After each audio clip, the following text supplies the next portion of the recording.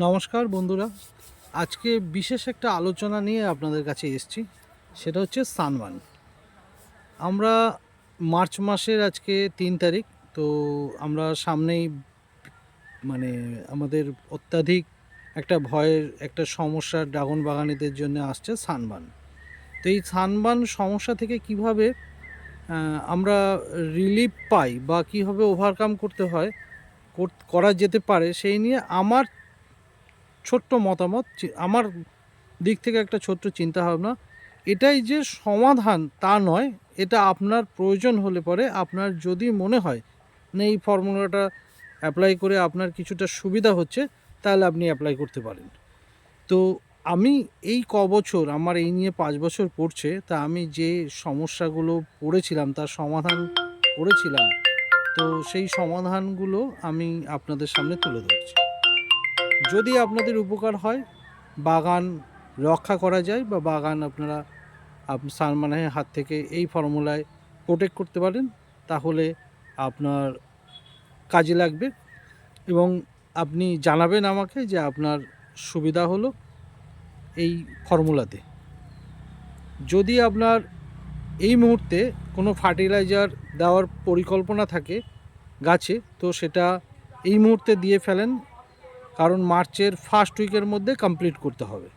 এরপর March, April, মে মাস, যতক্ষণ না পুরোপুরি বর্ষা চালু হচ্ছে, মে মাসের এন্ড পর্যন্ত, ততক্ষণ কোনো ফার্টিলাইজার, কোনো আর মেডিসিন স্প্রে আর গাছকে করা উচিত না বা করতে হবে না, শুধু ফাঙ্গিসাইডটাই করতে হবে। তো কেন করা উচিত না? গাছ অত্যাধিক পরিমাণে তখন ট্রেসে থাকে এবং সেই টাইমে গাছ অতিরিক্ত কোনো রাসায়নিক খাবার দেওয়াটা তার পক্ষে ঠিক নয়, আর সে ঠিকভাবে নিতেও পারে না। তো এই কারণে এখনই এই মুহূর্তে ফার্টিলাইজার অ্যাপ্লাই করে দিতে হবে। তার কারণ হচ্ছে ওয়াটার। আমরা যে জল দিই বাগানে, সেই জল আমাদেরকে দিতে হবে মোটামুটি 1 মাস, মানে অতিরিক্ত হিটের 1 মাস আগে, কারণ গাছটা যেন ড্রাই হয়ে যায়, একদম ড্রাই হয়ে যায়, যাতে যে হিটটা পড়বে সেই হিট থেকে গাছটাকে আমরা রক্ষা করতে পারি। কি কারণ? এই যে লিভগুলো দেখছেন, এই লিভগুলো যেগুলো নতুন থাকবে, নতুন এইভাবে বাড়ন্ত থাকবে, সেই লিভগুলোর কোনো অসুবিধা হবে না, খুব কম হবে। এবং যেই লিভগুলো স্টপ হয়ে থাকবে, মানে যেই লিভগুলো আমাদের এরকম ফল ডাল কাটা আছে, স্টপ হয়ে আছে, সেই লিভগুলো ওয়াটার প্রচুর পরিমাণ থাকে, সেই লিভগুলোই অসুবিধা হবে। তো তারা অতিরিক্ত ওয়াটার নেবে এবং সেই ওয়াটারগুলো হিটের টাইমে গলে গলে মানে নষ্ট হয়ে পড়বে। আপনাদের এই যে এই ডালগুলো দেখাচ্ছি, এই ডালগুলো যেগুলো ম্যাচিউরিটি হয়ে আছে, এই ডালগুলো এই উপর থেকে সানবার্নটা ধরবে। তো সানবার্নের কারণ একটাই, যেটা হচ্ছে অত্যাধিক হিট। আমাদের টেম্পারেচার মোটামুটি ধরুন 40-র ওপরে যখনই শুরু হয়ে যায়, তখনই আমাদের সানবার্নটা শুরু হয়ে যায়। তো তার আগেই এই জলটা যদি আমরা স্টপ করতে পারি, তাহলে এই হিটটা থেকে আমরা সানবার্ন থেকে রক্ষা করতে পারবো। তো এর জন্য একটা সিম্পল টিক্স, সেটা হচ্ছে আমি অ্যাপ্লাই করি খুব কম খরচে চায়না ক্লে বা কাউলিন পাউডার। এটাকে ব্যবহার করি, আমি একটা কোট তৈরি করি 2বার স্প্রে করে, এবং যখনই ধুয়ে যায় বর্ষায় আবার 2বার দিয়ে দিই। তো এই দেওয়ার আগে এবং মানে যখনই আমি চায়না ক্লে ব্যবহার করব, তার আগে 2বার ফাঙ্গিসাইড স্প্রে করে নিতে হবে। গাছে যেখানে যেখানে ফাঙ্গাল আছে সেই ডালগুলো কেটে বাইরে ফেলে দিতে হবে, এবং যদি অতিরিক্ত ফাঙ্গাল থাকে সেই বাগানে চায়না ক্লে স্প্রে করা যাবে না। যদি ফাঙ্গাল না থাকে, একদমই কম থাকে, সেই বাগানে স্প্রে করা যাবে। তো চায়না ক্লে স্প্রে করে অনেকের এরকম প্রশ্নের সম্মুখীন হয়েছি আমি, যে সেতে সালোক সংশ্লেষ কমে যায়, গাছের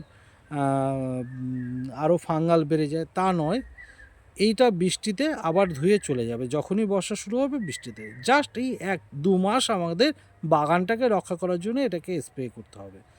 চায়না ক্লে বা কাউলিন পাউডার 15-16 লিটার ব্যারেলে 2 থেকে 3 কেজি 2 ঘন্টা 3 ঘন্টা আগে মিশিয়ে জলে ভিজিয়ে, তারপর ওই ছেঁকে নিয়ে ডবল ছেঁক নিতে তারপর স্প্রে করতে হবে। যদি আপনি এর সঙ্গে চুন মেশাতে চান, ফাঙ্গিসাইড মেশাতে চান, মেশাতে পারেন। তো এটা মাথায় রাখতে হবে, যে কোনো উপায় হোক আমাকে বাঁচাতে হবে। এর বিকল্প হিসাবে সানবার্ন থেকে রক্ষা পাওয়ার জন্যে আরেকটা প্রক্রিয়া আছে, সেটা হচ্ছে শেড নেট। তো সেটা হিউজ খরচ, যারা যারা করতে পারবেন তারা অবশ্যই করুন, আর যারা যারা করতে পারবেন না, সেটা আমার এই সিম্পল ফর্মুলা, সেটা হচ্ছে ওয়াটার, জলটাকে বন্ধ করতে হবে, এবং মাঝখানে যদি গ্যাপে বৃষ্টি হয়, সেই বৃষ্টিটা আমাদের 20 দিন 25 দিনের অন্তর যদি গ্যাপে হয়ে যায়, তাহলে আর জল দিতে হবে না। এছাড়া একদমই যদি বৃষ্টি না হয়, গাছের ডাল যদি শুকিয়ে থাকে, তাকে বাঁচানোর জন্যে হয়তো 1.5 মাসে আপনি একবার খুব কম করে হালকা পরিমাণে ঢালাও সেচ দেবেন না। ড্রিপ ইরিগেশন হলে অন্য টাইমে যদি আপনি 20 মিনিট চালিয়ে থাকেন, তাহলে 5 মিনিট চালাবেন, এবং অন্য সিস্টেমে ঢালাও সেচ না দিয়ে হাতে বা অন্য কোনো ব্যবস্থায় হালকা একটা জল দিতে পারেন 1.5 মাসের মাথায়। তবু না দিতে পারলেই ভালো, গাছ মরবে না। গাছ যত শুকিয়ে থাকবে, তত আপনার বর্ষা আসলে পরেই গাছ আবার জল পেলে ফুলে ফেঁপে উঠবে, এবং গাছ পুনরায় আগের মতো পজিশনে চলে আসবে। যদি গাছই না থাকে, তাহলে আমি ফল পাবো কোথা থেকে? এটা হচ্ছে প্রধান কোশ্চেন। তো আমি রিকোয়েস্ট করব, যারা পুরনো 2 বছরের গাছ, তাদের জন্য এই ফর্মুলাটা যদি অ্যাপ্লাই করতে চান, করতে পারেন।